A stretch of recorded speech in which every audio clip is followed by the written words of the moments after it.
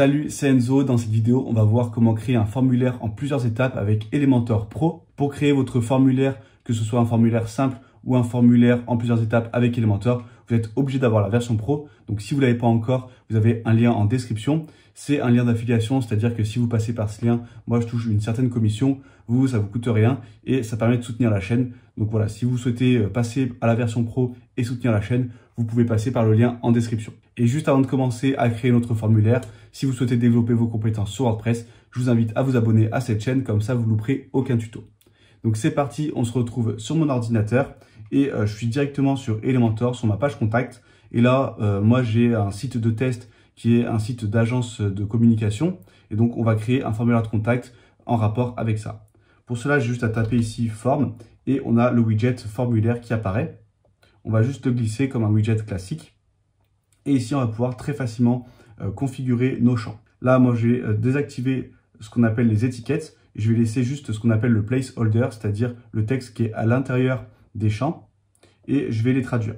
Là, on va mettre prénom. Je vais cocher la case requis. Je vais dupliquer ça. Et là, je vais marquer nom. Ce que je vais faire, c'est que la largeur, je vais la passer à 50% pour le nom et pour le prénom. Comme ça sera sur une seule ligne. Ensuite, on va laisser le champ email qu'on va rendre obligatoire également. Et le champ message, on va l'enlever. On va plutôt ajouter un champ numéro de téléphone. Je prends le champ tel et ici, je marque téléphone. Voilà. Là, on a notre première étape et on va faire nous 3 étapes. La première étape, ça sera information personnelle. La deuxième étape, ça sera votre projet. Et la troisième étape, ça sera information complémentaire. Donc, on a fini avec notre première étape. On va pouvoir ajouter un élément qui va nous permettre d'ajouter notre deuxième étape. Pour cela, ici dans type, je sélectionne step ou étape et vous voyez que directement, j'ai mon étape qui s'est créée. Ici, on a un petit 1 et un petit 2 qui se sont ajoutés. Donc, tous les éléments que je vais mettre en dessous de l'élément numéro 6 vont correspondre à la deuxième étape. Là, je vais le renommer et je vais le nommer étape 2 pour que ce soit plus clair. Et Previous Button et Next Button, je vais également les renommer, je vais les traduire en français. Donc là, je vais marquer précédent, puis suivant. Je vais ajouter un élément. Là, on va mettre une liste déroulante. C'est Select. Et je vais mettre quel est votre projet. Moi, c'est un site d'agence de communication. Donc, je vais mettre quelques exemples. Par exemple, site vitrine, site e-commerce ou blog. Et grâce à ça, on aura une petite liste déroulante où l'utilisateur pourra choisir le type de projet qu'il veut. Ensuite, je vais ajouter un champ texte. Là, je vais marquer quel est votre budget. Et on va mettre un champ texte, on va mettre plutôt un numéro. Voilà. Hop, je le copie dans le placeholder. Et on va mettre quel est ici votre délai. Et on va laisser en champ texte. Ensuite, je vais dupliquer mon étape 2 que je vais glisser juste ici. Et là, je vais juste la renommer étape 3. Et on va ajouter juste une section paragraphe, donc texte AREA. Et ici, on va marquer « Avez-vous des informations supplémentaires à nous communiquer ?» Ça, je ne vais pas le mettre requis, bien sûr, puisque c'est optionnel.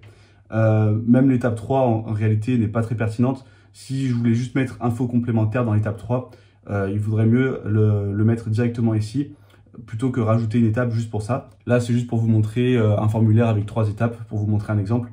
Mais quand on a juste un champ dans une étape, c'est pas pertinent. C'est vraiment quand on a plusieurs champs que là, ça devient intéressant. Là, j'ai mes 3 étapes maintenant qui s'affichent et on va modifier un peu leur apparence. Pour cela, je descends plus bas et je vais dans Step Settings. Ici, on a nombre et texte. Vous voyez qu'on a le nombre et le texte qu'on a mis dans le label qui s'affiche. Mais on peut avoir juste le texte. Un icône qu'on peut définir juste ici dans les réglages de l'étape. Vous voyez qu'on peut choisir un icône. Ensuite, on a juste le nombre. Moi, ce que j'aime bien, c'est Progress Bar ou juste le nombre. Moi, ce que j'utilise le plus souvent, c'est Progress Bar, puisque je trouve que c'est ce qui rend le mieux. Et la personne voit directement son avancée. Ça l'incite à continuer de remplir le formulaire. Ensuite, pour personnaliser un peu l'apparence des étapes, c'est très simple. On va dans Style. Et ici, on peut modifier l'apparence du formulaire. Ça ne change pas d'un formulaire classique. Mais on a surtout ici Step. On va pouvoir modifier un peu la couleur et la taille. Donc là, moi, je vais prendre la couleur de ma charte graphique. Pareil pour l'arrière-plan, je vais prendre juste un petit blanc cassé pour que ça soit un peu plus discret. Et la couleur du texte, je vais la mettre en blanc. Et je pourrais même changer la typographie pour reprendre la typographie de ma charte graphique. Et pareil pour le bouton, je vais modifier sa couleur. Et voilà. Ce que je vais faire, c'est que je vais aller dans les réglages de la section et je vais diminuer un petit peu la largeur du formulaire pour qu'on ait quelque chose d'un peu plus propre et je vais faire mettre à jour. Maintenant, si je prévisualise ma page, on peut voir qu'on a un petit problème de traduction sur le bouton. Donc, je vais voir ce qui se passe. Alors, c'est parce que j'ai oublié d'aller dans bouton et ici de traduire également. Donc, je vais faire suivant et précédent. Et là, je vais marquer envoyer mon message. Ou plutôt obtenir mon devis gratuit. Là, je vais faire mettre à jour. La page va s'actualiser juste ici. Et là, on a bien le bouton suivant. Je vais compléter le formulaire. Voilà, je clique sur suivant. Et là, j'arrive bien à la deuxième étape. Je peux sélectionner le type de projet, rentrer mon budget et mettre mon délai, par exemple 1 mois. Cliquer sur suivant et obtenir mon devis gratuit. Vous voyez que là, on a un message qui s'affiche. Ce message, on va pouvoir le personnaliser également. On retourne ici, on va dans Additional Options et ici, on peut personnaliser le message.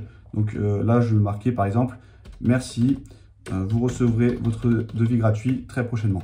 Et ce qui est très important de mettre en place également, c'est l'action qui va se passer après que la personne ait envoyé le formulaire. Ici, on va dans Action After Submit. Vous voyez que de base, on va collecter les formulaires qui seront enregistrés directement sur le site et vous recevrez une notification par email. Vous pouvez ajouter tout un tas d'autres options. Par exemple, connecter MailChimp pour inscrire l'utilisateur à votre liste de newsletters, le rediriger vers une URL, ou ouvrir une pop-up. Voilà, on a vraiment plein d'options. Nous, on va rester sur les options de base et on va configurer email. Par défaut, il va envoyer l'email de notification à l'email d'administration du site WordPress. Mais vous voyez qu'on peut mettre différents emails séparés par des virgules. Donc là, vous avez juste à taper les adresses email. Là, vous pouvez traduire le sujet et pareil, le message, vous pouvez le modifier. Donc voilà, vous voyez que c'est très simple de créer un formulaire en plusieurs étapes avec Elementor Pro. Dans quel cas ça peut être pertinent? C'est tout simplement quand vous avez beaucoup d'étapes, plus que 5 ou 6, je dirais. En dessous de 5 étapes, c'est pas très pertinent. Il vaut mieux garder un formulaire en une seule étape. Si c'est un formulaire simple, par exemple, comme un formulaire de contact, avec juste des champs basiques, il n'y a pas vraiment d'intérêt à faire plusieurs étapes. Au contraire, ça va rajouter des clics et ça va donc décourager l'utilisateur. On arrive maintenant à la fin de cette vidéo. J'espère qu'elle vous aura aidé à créer votre formulaire avec Elementor Pro. Si c'est le cas, n'hésitez pas à liker et commenter pour améliorer son référencement. Si vous n'êtes pas encore abonné à la chaîne, vous êtes libre de le faire dès maintenant en cliquant juste ici. Et si vous voulez aller plus loin et vraiment développer vos compétences sur WordPress, vous pouvez rejoindre gratuitement le Club WordPress, c'est le bouton juste en dessous. Comme ça, vous recevrez des conseils exclusifs directement dans votre boîte mail. Et moi, je vous dis à très bientôt pour une nouvelle vidéo.